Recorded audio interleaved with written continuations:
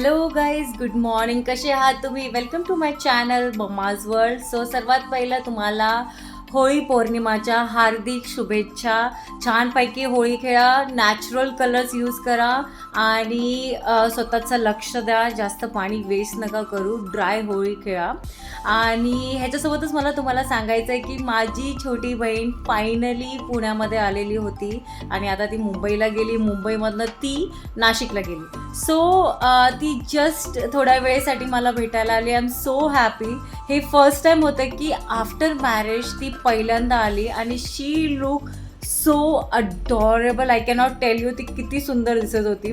आणि कसं असतं ना बहिणींचं की लग्नाच्या अगोदर जेव्हा आम्ही भेटायचो तेव्हा तिला मी ऑलवेज जीन्स आणि ऑलवेज डॅशिंग लुकमध्ये बघितलं आणि ती मला भेटायला आली फुल अटायर. तिने पूर्ण शृंगार केलेला होता, सिंदूर लावलेलं होतं, टिकली, पैंजण, पट्ट्या, बांगड्या, साडी, सिंदूर, टिकली, lipstick. Oh my God, she look amazing. I cannot tell you. आणि मी छोटे छोटे क्लिप्स आता पुढे तिचे टाकणार आहे.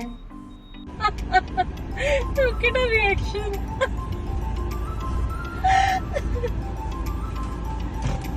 हाय मैडम, लिप चाहिए आपको?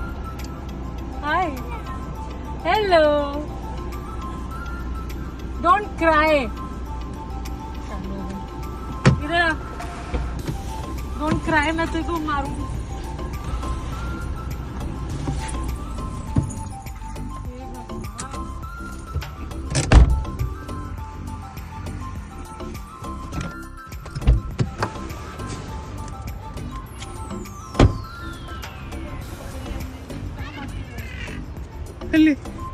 क्या सरप्राइज हो गया इसके लिए. पगलू. कोण आहे मीर? कोण आया तुझ्या माशी? तू हाल तुला भेटणार. क्यों भाई, तू जा रही है? तो गाइज ह्या प्रकारे मला भेटला बेस्ट सरप्राईज. मैं भी शादीशुदा, ये भी शादीशुदा. थोबड़ा दिखा,